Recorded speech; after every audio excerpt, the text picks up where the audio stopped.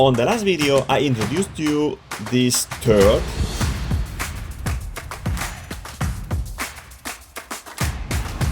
And now the time has come to start working on it. Good morning, everyone. I am right now in front of the ITV station with this turd that you already know. And let's see what happens with it. You will see it in a minute. For me, it's gonna be a few more minutes of distress, but well, see you. So, what do you think? Did it pass? Nope, it didn't. It was clear that the steering ball joint wasn't in good condition, and like that, it cannot pass the ITV. So, I rush right now to the workshop. See you in a second there. I am in the workshop with this pile of parts, which I already planned to change. There you have the lower arms, ball joints, connecting rods, silent blocks, and a few more parts. Let's begin! After removing the wheel, I am going to disassemble the wheel arches and underbody panel to clean them well, and I will not mount them until I am finished with the mechanical work.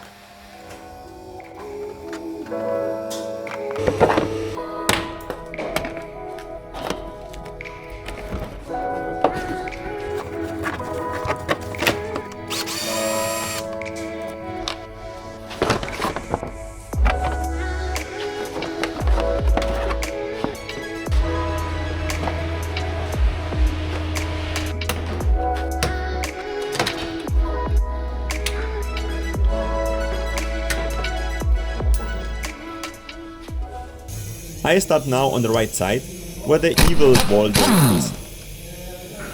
Ball joint out, as well as the anti-roll bar connecting rod and the lower arm.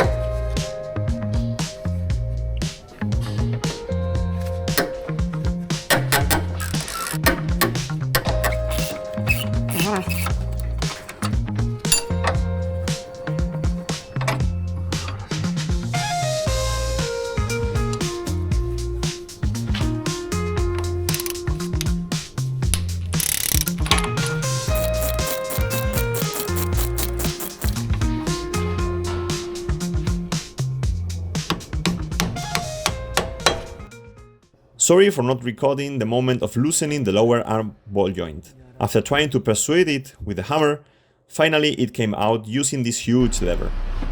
The lower arm front and rear pivot bolts are the next to come out.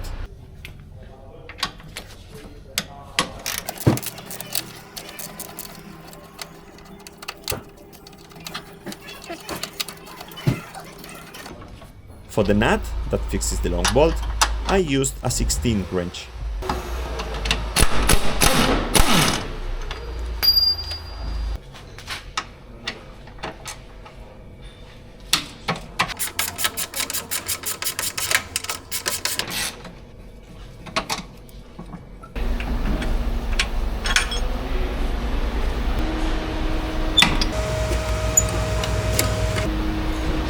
The next step is to take out the steering ball joint. For the record, loosen the nut before taking it out of the hub. Using a 16 wrench, I fixed the rotation of the drag rod and the nut can be loosened.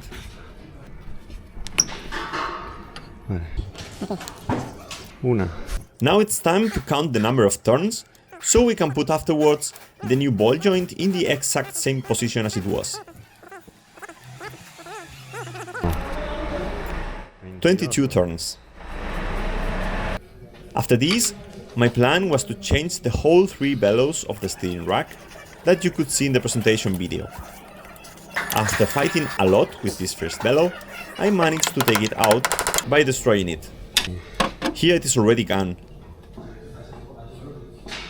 The next logical step should be taking out the tug rod. I have the spare part, but it was impossible to take the old out. Not with my AliExpress tool, but also not possible with the tool that I got from the workshop.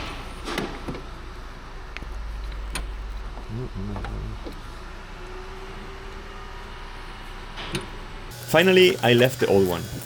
At least it has no play and looks fine to me. After a while fighting here, I have a rest changing the anti-roll bar silent blocks. On the right side, the holder comes out easy, and on the left side also, as soon as I take the connecting rod out by loosening the nut and the bolt that fixes the holder to the subframe through the lower arm. The silent blocks come out just by hand.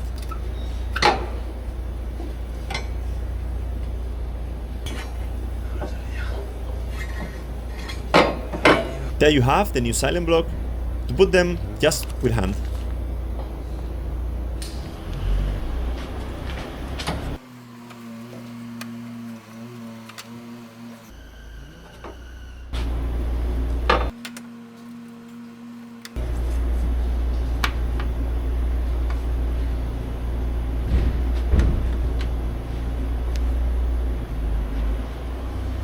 The anti-roll bar clamps have this side that gets into the subframe, and then it is fixed with the bolt and nut.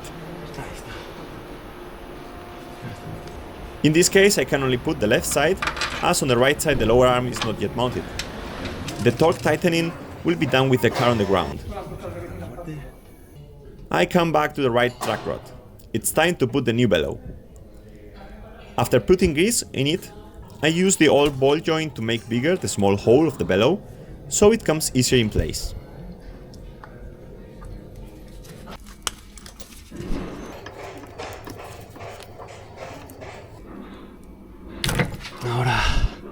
Now I find out that the big diameter of the bellow is smaller than the diameter of the steering rack housing. The bellow has on that side a metal ring inside the rubber that helps for the fixation and sealing, but that makes it impossible to mount it correctly, at least for me. The engineering of this car is disgusting. Finally I left the bellow not completely in place, and I didn't change the rest of the bellows. I give up. I will take the car to a workshop where they do this job. I cannot fight anymore with this. Otherwise, I will throw the car to the river. I go on with the assembly of the lower arm. Basically, the process is the opposite as the disassembly. I tighten everything just by hand, and at the end, the torque tightening will be done with the car on the ground.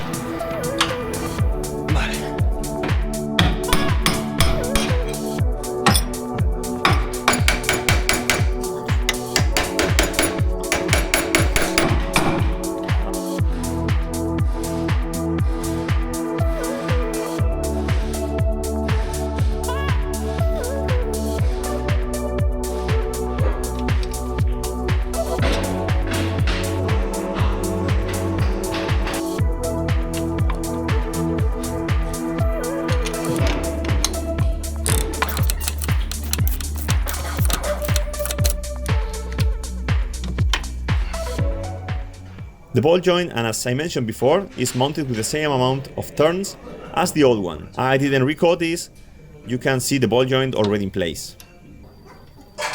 The same, like the other parts, tighten by hand, and torque will come later. Same story with the connecting rod.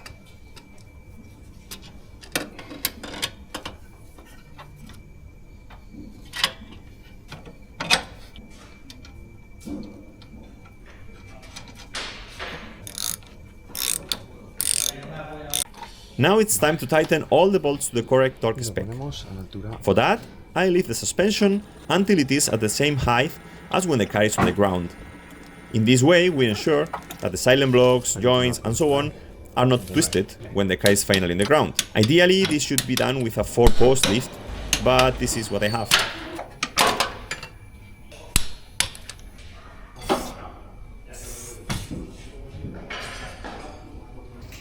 I just do copy paste on the left side, and here is the result.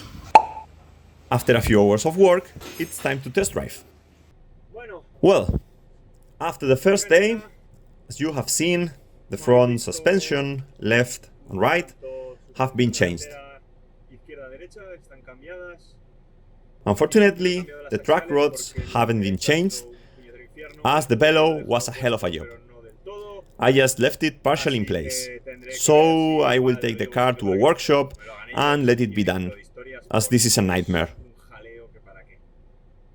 But well, everything else have been successfully renewed, and now on my way back home, let's test it and see if I can notice the difference. It must be noticeable. Let's go! Let's see, manhole cover right. Fantastic. Left one. Wonderful. And that with the original shock absorbers. I am a wreck. Disgusting. Now a good shower and a cold freezing beer, and tomorrow more. Train tracks. There are no clonks.